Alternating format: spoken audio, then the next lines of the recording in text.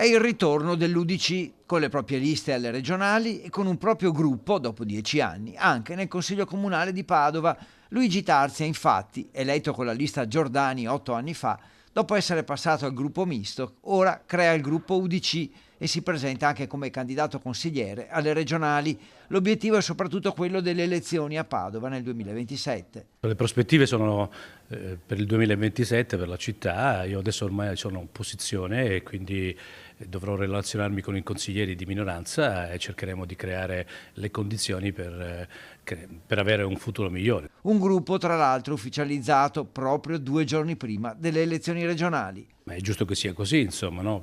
Anche perché diversamente io ero presidente del gruppo consigliare misto, i colleghi giustamente mi hanno chiesto che intenzioni avevo, anche perché correndo con l'UDC era improponibile che io rimanessi come presidente del gruppo misto. Oggi entra nell'UDC e quindi l'UDC si pone in minoranza rispetto all'attuale amministrazione e quindi su questo cominceremo a lavorare per il prossimo futuro, per il governo della città. Un consigliere in meno dunque in maggioranza per il sindaco Giordani, con la prospettiva di fare il rodaggio in vista delle elezioni per il sindaco nel 2027.